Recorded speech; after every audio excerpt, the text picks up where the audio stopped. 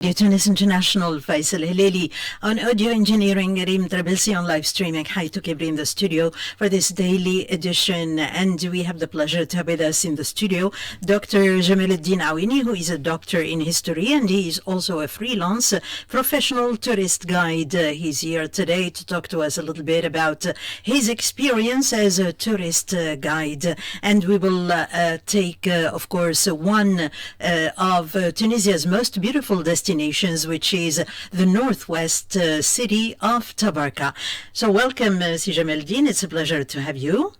Thank you, Hayet. Thank you for this invitation. I would like to greet also our listeners. I'm happy to be with you to talk about our job, to talk about our tourism. Okay, Tunisia, as you know, Tunisia is known for that. Okay, right. As a tourist and one of the best destination in the world. Thanks right. a lot. Well, so you hold a PhD in history. So why did you want to work in the travel and tourism sector in first place? Well, yes, I'm a history graduated, and right when I got graduated, you know, everybody everybody is often interested to be a teacher, okay, and to teach at the high school or middle school or something like that.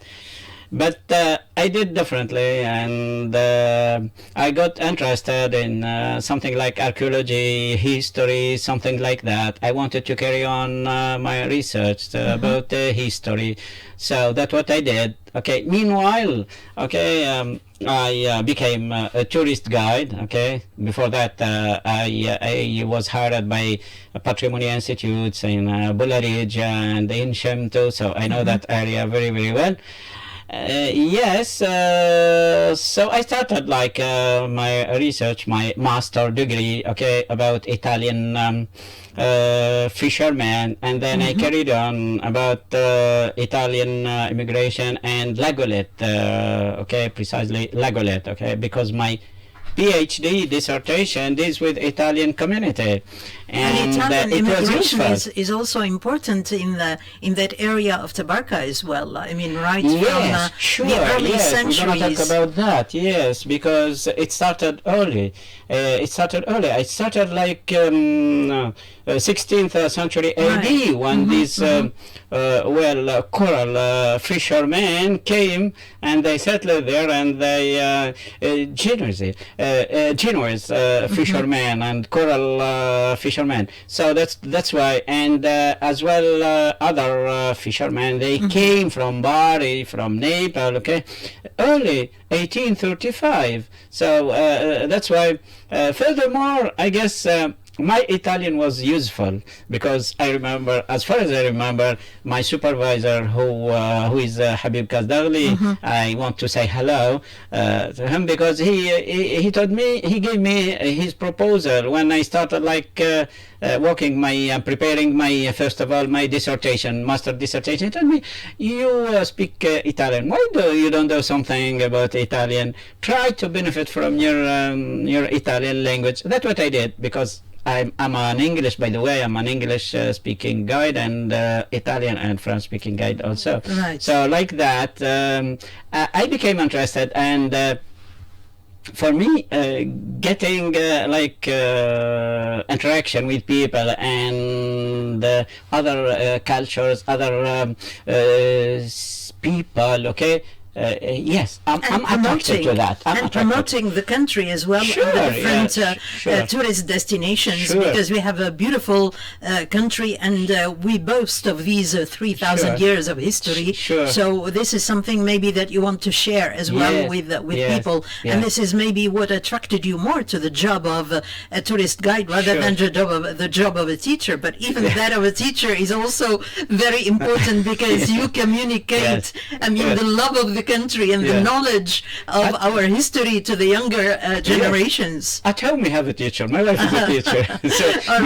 So you wanted to do something different. Yes, just to do something different. Okay. Well, I am sorry, just to say, because Hayat, we have a great potential. So when you share this with people, okay, like you give them the opportunity to come to visit your country, to benefit from that. I'm going to tell you about those people who came, okay, and they couldn't believe, they became breathless when they have seen, for example, El Jem, or they have seen like Bularegia, or they have seen Duga, right. yeah, Duga as well, yeah. Yeah.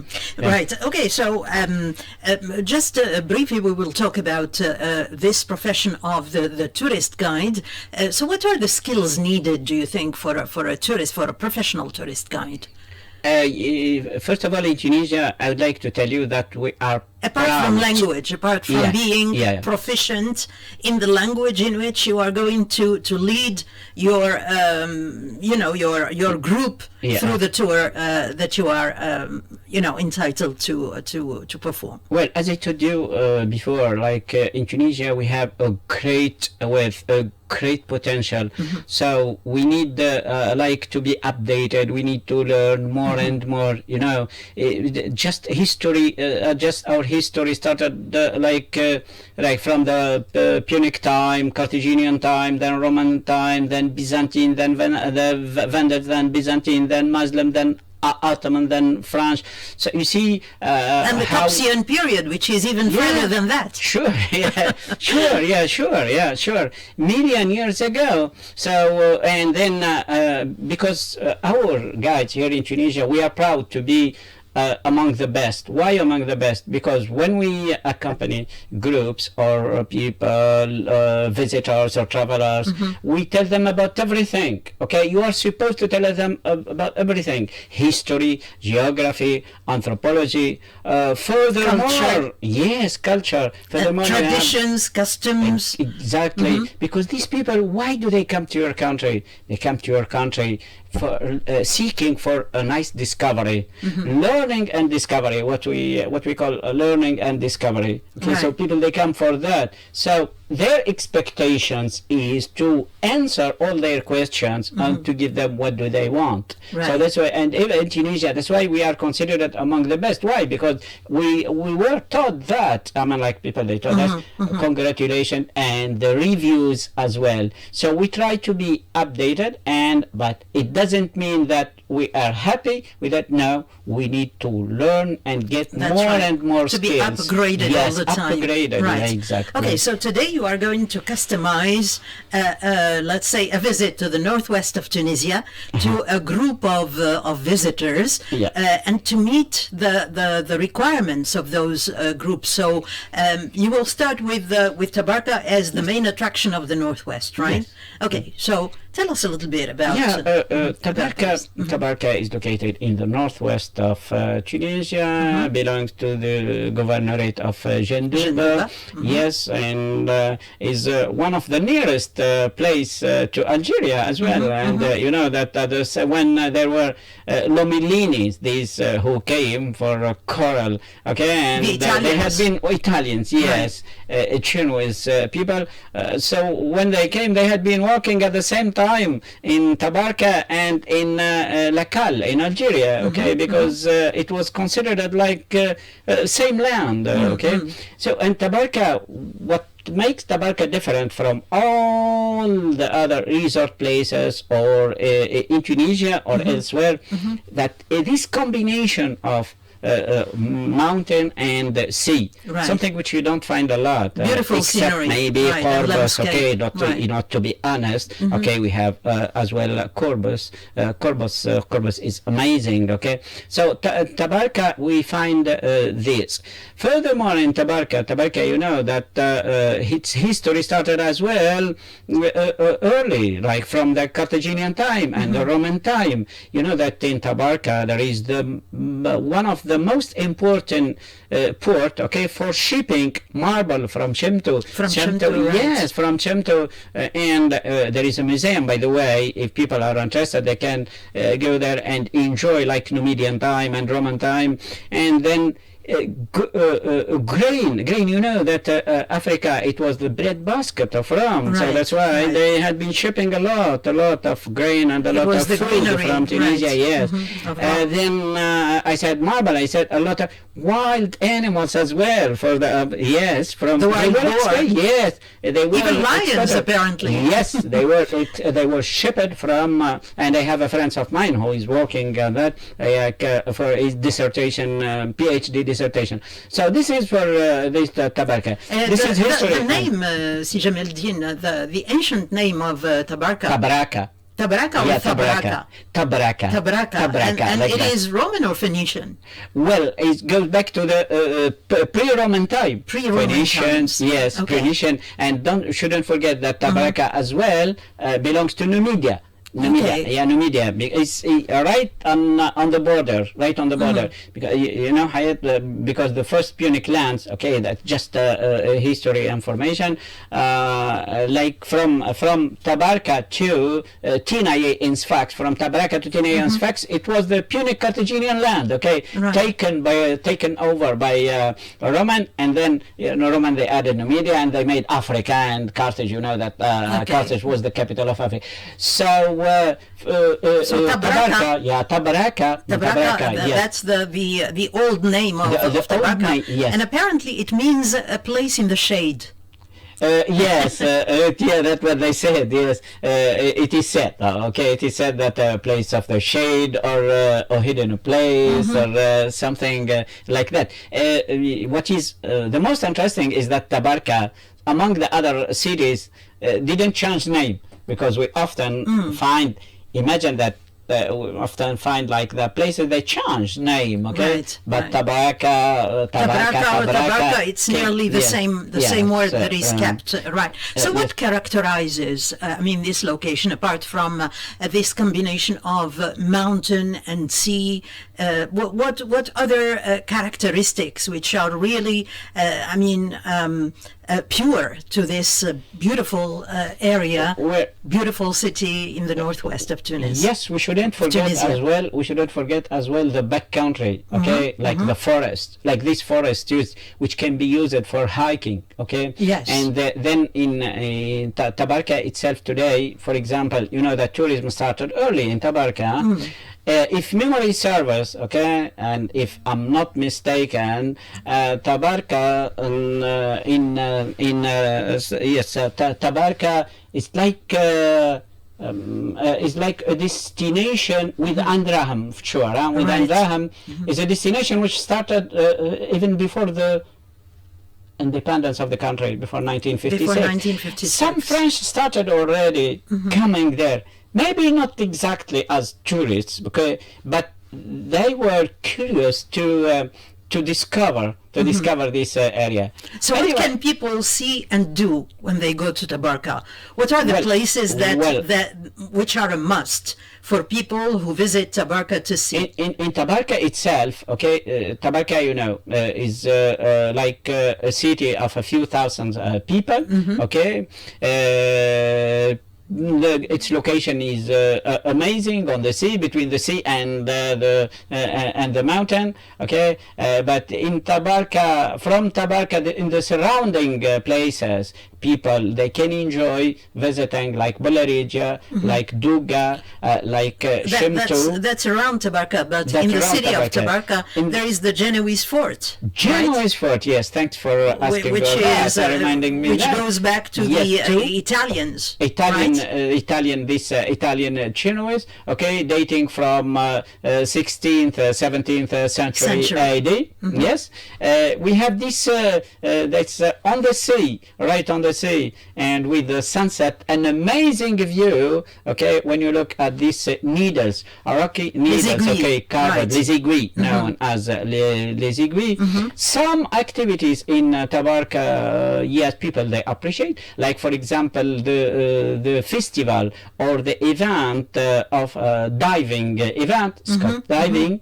Okay, so this is going back to 1972. Okay, Right. going back to 1972, and became like prospered more and more in late 90s and early 2000, there is a jazz festival, Of course, which is a people, landmark, they enjoy, right. yes, and they have in Tabarka With today, household I don't know names if in people jazz they know, yes, who have visited this festival. the people they know or not that there is like a theater. They have a theater facing the sea. Okay, and here it reminds us of the late Jameleddine Aouini, the mayor of Tabarka, who Right. worked a lot. Okay, to get that and to promote this festival. And you know that the festival of jazz goes back to the 60s. Okay, Right, 60s. right. Here it reminds us of Lotfi Ben Hassin, the late Lotfi Ben Hassin as well.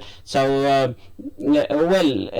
as in Tabarka, these are the different activities which people they can enjoy, because you know that Tabarka, Hayet, the tourist season or tourist time lasts just a few months, but that's why people and the mayor of whom I told you, he wanted to extend, okay, To make Tabarka to make a destination throughout the year. destination visited, okay, in like longer time Right. than the tourist season. That's why, as far as I heard, he wanted like to set up like a festival every month. You see, so But like that. unfortunately, the festivals that are still, going on, there is the jazz festival, Jazz festival, which is usually which is back held this year, okay? right, maybe in July or August. Yeah. There is also the what do you call it? The Latin lantern, music, the lantern, lantern yes, festival, which is festival, usually held. Its name is Hilma as Hilma, well, yes. and it's usually held in September with different music acts. And there is the Plug and Play Festival, which started in 2014, which is also a music festival which runs from June to August. And there is another festival which is the Underwater Photography Festival, where people dive, in order to make the most beautiful and stunning pictures, of the underwater coral reef of Bizerta, of Tabarka, sorry. Diving and what we call underwater archaeology. I mean, like archaeology submarine in France is named, and we have some archaeologists at Patrimoine Institutes. Okay, as I mean, like they are professors at the same time, researchers. Okay, so. This is what we can do in Tabarka, and these are attractions which we don't find them elsewhere. Furthermore, and we shouldn't forget like the fishing port of Tabarka as well. And what characterizes Tabarka, something which you don't find elsewhere as well, as far as I know, lobster, for example, we find it only in Tabarka. Lobsters. Yes, lobsters. Right. Yes, we find them only in Tabarka, and their international airport, which needs to work. If he well, I mean, like to make this airport working well, because landing, okay, or taking off, you have an amazing view. You have an amazing view. Unfortunately, it's not working well, and just landing just few flights, okay. But we can set up like programs, okay, taking people from Tunis to Tabarka, or from I don't know, from Monastir, from Tozeur, like that. We allow people and permit them to visit different places, and like that people can discover, because Tabarka it's not because some people sometimes they say, oh, this is maybe the road is not. No, Switzerland is made only by mountains, okay, made up of mountains. But people, they go and they enjoy. And Hayet, I shouldn't forget something. There are some travelers who are attracted. I don't know if I can tell you that or not. Travelers, they like Tabarka, and they felt breathless when they came. Especially people from the Gulf countries. Exactly. Right. From Gulf countries, these people, when they came, okay, they enjoyed 3 nights there, and they go to after that to Corbus, because these people, they don't. Okay, because they come from different scenery for them, right? Yeah, the sceneries attract them. These people, they spend a lot. these people, their living is so high, okay, and in Tabarka, when they come, is relaxing. They always say Tabarka is relaxing. We need so to they look for a different experience from the one that they have lived in their own countries, which is the desert, the Sahara, etc. Exactly. So my the palm trees and all that. Exactly. My wish is to set up something like in these countries, or making like contacts with these people, telling them that this country is waiting for you to be enjoyed and discovered, because they want that, and they told me as well that for Tunisian, for example, they can, because living in the cities, when they go there, they discover the wild nature, okay, right. And they would enjoy that. So we have in that area, Northwest and Tabarka, exactly, the wealth of attractions, the wealth and the wealth of attraction and the potential, and apart from Tabarka itself, around Tabarka there are so many things to see around Tabarka and to do as well. So we have places like Indram, like Dugga, like Boularija, like Shimtu, as you said, and the Galit Islands as well, which is an archipelago of maybe 7 small islands, and the largest one is Le Galit Island, of course, and it has this historical maybe aspect to it, where President Bourguiba spent 2 years of his life in exile. Exile there, and this is amazing, and like doing a tour or boating over there, like taking people in an excursion. So people they would enjoy, really, they would enjoy that. So like that, the programs they don't miss. I mean, like we can set up a lot and many programs like that. So for you, for example, if you have to customize a tour, I mean, for the Northwest, how many days would you plan? I mean, for people to really to get an idea of the wealth that exists in the northwest of Tunisia. So you have Tabarka and the attractions of Tabarka, the history of Tabarka, and then around Tabarka, if you talk about Dugga, Boularija, Shimtu, both of them are the Galit Islands, and of course we need permits, I guess, to go to because as far as I know, it's like a natural reserve. It's a natural reserve, right? Yeah, natural reserve, well protected. But it doesn't mean that we are not allowed. No, but like that is if you arrange like something, and something should be arranged between like tourism and I don't know, like Ministry of Environment, something like that. So it would be like a nice and an idea. So how many days would you think a tour would last? 3 days, 4 days? 3 days, 4 days. But Hayet, we have on the way to Tabarka or on the way to Dugga before, we have test tour.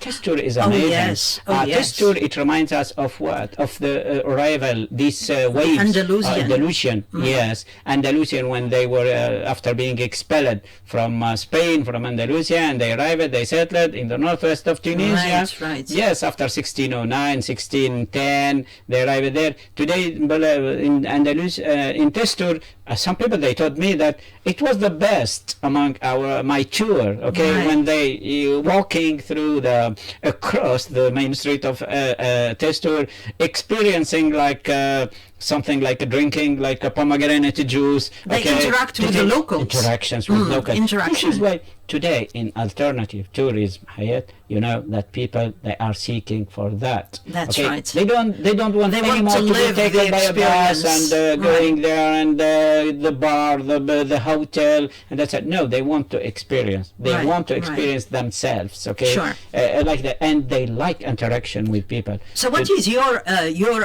approach in promoting a travel experience for the groups that you accompany, for instance? What is your approach? How do you do that? You mean how do you do that in terms of program or? Suppose that you have a program from the travel agency or the tour operator, and you have to stick to that program, but people ask for something different, for experience, and how do you promote that? How do you? Additionally, we can, like, for example, propose or suggest something. Suggest something like, for example, letting them experiencing something like getting interaction with people. They are happy after this interaction. They are happy to see, for example, like a lady on the road, okay, like baking this traditional bread, okay, this traditional bread. Mlewi, you mean? Mlewi. Tabuna. Mlewi and Tabuna, that's right. Mlewi and Tabuna, yes. That's people. They when they see that, they experience that, they tell you it was the best among the program. It was the best, or among the best things that we have experienced. Because when they see this lady in that oven, okay, like burning wood or something like that, heating her oven and like baking, this is for them. They don't know that, okay. So they like that, and like as I told you, across this tour they experienced like pomegranate juice with this very, very cheap price. Impossible. You know that most of our tourists and travelers, they have never seen pomegranate fruit. That's right. Because they don't grow that. Their countries, all of them, most of them. Our culinary traditions as well are really a great wealth. Yeah, exactly. And we have, by the way, thanks for reminding that. So we have like interesting and amazing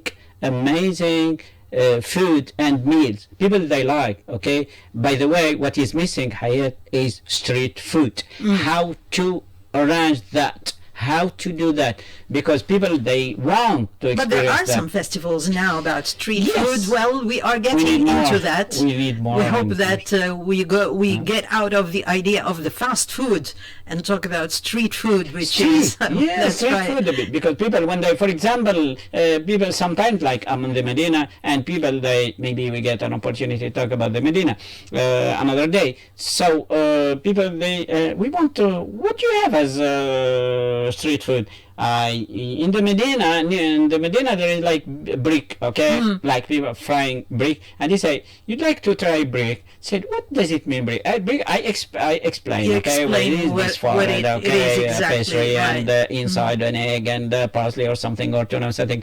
When they tried, they love that. They love that, or fricassee or something like that. But need to be like more organized, or kefteji. Yes, kefteji. I was with one of the wealthiest people, American people, when he wanted to try kefteji, and it was so spicy. He fell in love with it, I'm sure. I got scared, really, I scared. But he told me it's one of the best I ever had to try. The best meals he has ever tried. Once you have mentioned and showed and helped people to experience your own culture, okay, away from this classic buffet or something like that. So they don't appreciate anymore today, and they don't like anymore. You make them happy, okay? You make them by offering them these alternative ways of enjoying their trips and making the maximum out of it, and especially experiencing the culture and the way the locals live, the way the people live on a daily basis, right? Okay, my last questions here, Jamel. How do you stay updated on travel regulations and industry trends in your profession as a professional tourist guide? Well, thanks for this question. Interesting, okay, and very smart. Yeah, honestly, I'm not flattering or no. In Tunisia here, maybe we need that. We need like to be updated. We need internships. We need like working trainings.